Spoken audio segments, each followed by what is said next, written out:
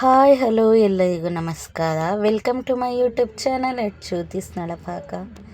ನಾನಿವತ್ತು ಮನೇಲಿ ಸಿಂಪಲ್ಲಾಗಿ ಬ್ರೇಕ್ಫಾಸ್ಟ್ಗೆ ಅಂತ ವಾಂಗಿಬಾತ್ ಮಾಡಿದ್ದೀನಿ. ಇದು ಯಾವ ರೀತಿ ಮಾಡೋದು ಅಂತ ನಾನಿಲ್ಲಿ ನಿಮಗೆ ತಿಳಿಸ್ಕೊಡ್ತಾ ಇದ್ದೀನಿ.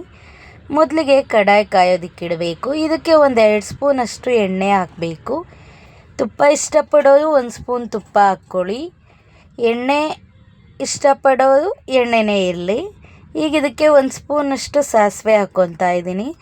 ಸಾಸಿವೆ ಸಿಡಿದ ಮೇಲೆ 2 ಸ್ಪೂನ್ ಉದ್ದಿನಬೇಳೆ ಹಾಕ್ಕೊತಾ ಇದ್ದೀನಿ. ಹಾಗೆ 2 ಸ್ಪೂನ್ ಕಡಲೆಬೇಳೆ ಹಾಕ್ಕೊತಾ ಇದ್ದೀನಿ. ಇದು ಸ್ವಲ್ಪ ಫ್ರೈ ಆಗಬೇಕು.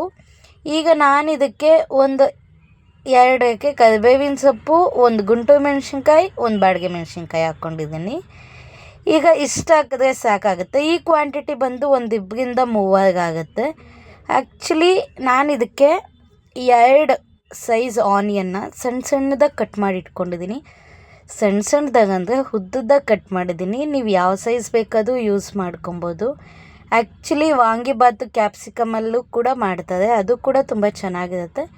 ನಾನಿವತ್ತು ಬದನೆಕಾಯಲ್ಲಿ ಟ್ರೈ ಮಾಡಿದ್ದೀನಿ, ಮೈಸೂರು ಬದನೆಕಾಯಲ್ಲಿ. ಈಗ ನಾನು ಮೈಸೂರು ಬದನೆಕಾಯಿ ಒಂದು 5ರಿಂದ 6 ಸಣ್ಣದಾಗಿ ಹಚ್ಚಿಟ್ಕೊಂಡಿದ್ದೆ, ಅಂದರೆ ವಾಂಗಿಬಾತ್ ಸೈಜ್ಗೆ. ಅದನ್ನು ಕೂಡ ಆ್ಯಡ್ ಮಾಡ್ಕೊತಾ ಇದ್ದೀನಿ.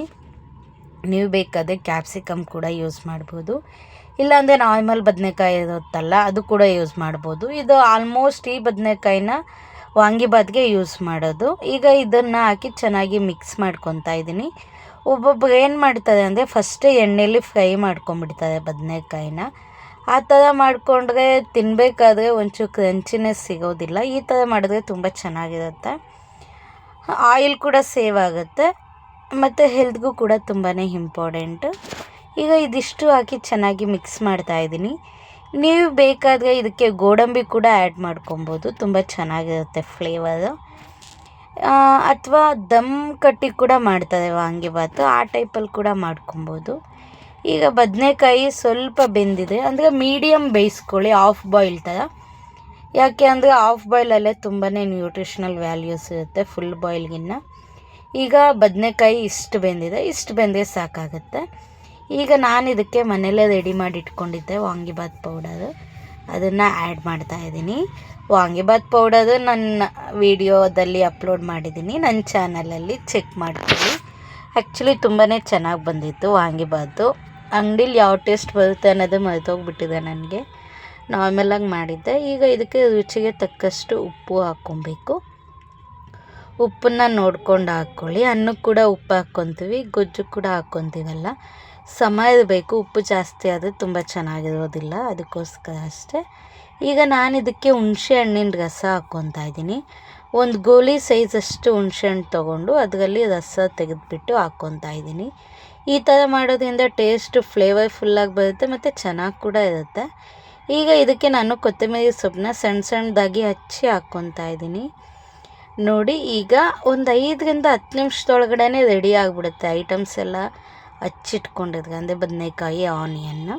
ನೀವು ಬೇಕಾದರೆ ಇದ್ರ ಜೊತೆಗೆ ಕೂಡ ಕ್ಯಾಪ್ಸಿಕಮ್ ಹಾಕ್ಬೋದು, ಏನು ತೊಂದರೆ ಇಲ್ಲ. ಈಗ ನೋಡಿ, ಇದು ಕುದೀತಿದೆ, ಈಗ ರೆಡಿ ಆಗಿದೆ. ನೀವು ಇದನ್ನು ಬ್ರೇಕ್ಫಾಸ್ಟ್ ಜೊತೆ ಕೂಡ ತಿನ್ಬೋದು, ಅಥವಾ ಲಂಚ್ ಬಾಕ್ಸಿಗೆ ಕೂಡ ಪ್ಯಾಕ್ ಮಾಡ್ಬೋದು. ಇಲ್ಲಾಂದರೆ ಮನೇಲಿ ಯಾವುದಾದ್ರೂ ಫಂಕ್ಷನ್ಸ್ ಇರುತ್ತಲ್ಲ, ಆ ಟೈಮಲ್ಲಿ ಕೂಡ ಮಾಡ್ಕೊಬೋದು. ನೀವು ಬೇಕಾದರೆ ಇದಕ್ಕೆ ಬಟಾಣಿ ಕೂಡ ಆ್ಯಡ್ ಮಾಡ್ಬೋದು, ತುಂಬಾ ಚೆನ್ನಾಗಿರುತ್ತೆ. ಬಟಾಣಿ ಖಾಲಿ ಆಗಿತ್ತು ಮನೇಲಿ, ಅದಕ್ಕೋಸ್ಕರ ನಾನು ಹಾಗೆ ಮಾಡಿದ್ದೀನಿ. ನೀವು ಬೇಕಾದರೆ ಬಟಾಣಿನ ಬೇಯಿಸ್ಬಿಟ್ಟು ಹಾಕ್ಕೊಳ್ಳಿ, ಪರವಾಗಿಲ್ಲ. ನಾನು ಇದಕ್ಕೆ ಕಡಲೆ ಬೀಜ ಆ್ಯಡ್ ಮಾಡ್ತಾಯಿದ್ದೀನಿ. ಕಡಲೆ ಬೀಜ ಹಾಕ್ಕೊಳ್ಳೋದ್ರಿಂದ ಕ್ರಂಚಿನೆಸ್ ಬರುತ್ತೆ ತಿನ್ನಬೇಕಾದ್ರೆ ಅಂತ ಅಷ್ಟೆ. ಸೊ ಈಗ ಗೊಜ್ಜು ರೆಡಿ ಆಗಿಬಿಟ್ಟಿದೆ.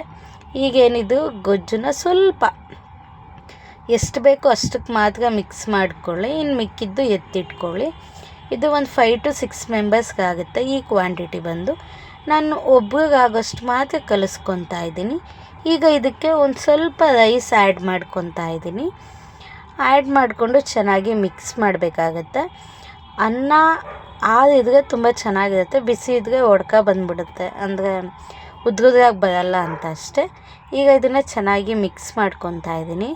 ನೀವು ಮದುವೆ ಮನೇಲಿ ತಿಂದಿರ್ತೀರಲ್ಲ, ಆ ಟೈಪಲ್ಲೇ ಬರುತ್ತೆ ಒಂದು ಸ್ವಲ್ಪ. ಸೊ ಇದಾಗಿರುತ್ತೆ ಇವತ್ತಿನ ನನ್ನ ವಿಡಿಯೋ. ವಾಂಗಿಬಾತ್. ಕೊನೆವರೆಗೂ ವಿಡಿಯೋ ನೋಡಿದ್ದಕ್ಕೆ ತುಂಬಾ ಥ್ಯಾಂಕ್ಸ್. ಹೀಗೆ ನನ್ನ ಚಾನೆಲ್ನ ನೋಡ್ತಾ ಇರಿ, ಸಪೋರ್ಟ್ ಮಾಡಿ, ಶೇರ್ ಮಾಡಿ, ಸಬ್ಸ್ಕ್ರೈಬ್ ಮಾಡಿ, ಪಕ್ಕದಲ್ಲಿರೋ ಬೆಲ್ಲೈಕನ್ ಕೂಡ ಕ್ಲಿಕ್ ಮಾಡಿ. ಬಾಯ್ ಬಾಯ್, ಟೇಕ್ ಕೇರ್.